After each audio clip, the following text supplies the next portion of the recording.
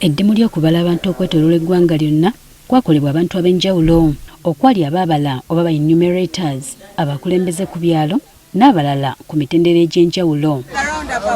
Ku bano kuliko abaasasuddwa so nga balala bakyabanja okuli abaabala 11,104 mu 327 abaasasuddwa so nga bakyabanja bali 5,519. Abakulembeze ku byalo abaasasuddwa bali 10,900 mu 703 so nga bakyabanja bali 32,040. Abalondoola ababazi abaasasuddwa bali 3,272 so nga abakyabanja bali 3,371. Abalondoola ku ggombolola bali 4,686 abamaze okusasulwa ate nga 120 be bakyabanja. Abakungu ku disitulikiti 912 be bamaze okusasulwa so nga 663 bo bakyabanja.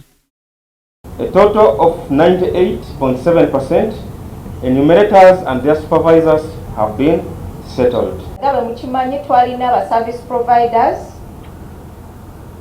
abasinga basasuddwa okutoolako abo abatuwa account numbers ezalina obuzibu wano na wali.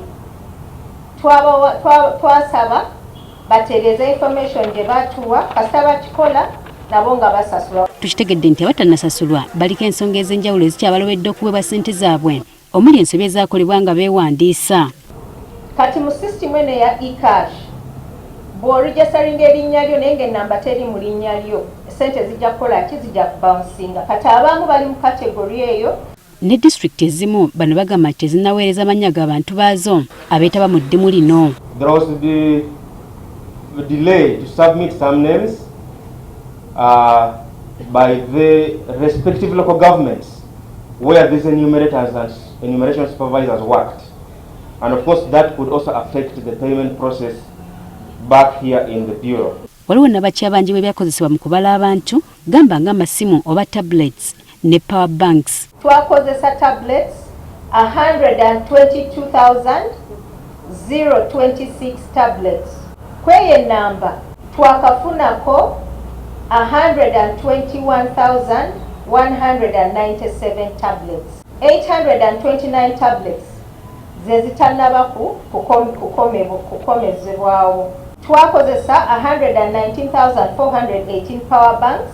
Bakakomyawo 107,685 power banks. Wabulayo 11,733 ezakabula kukola ki okubeera recovered.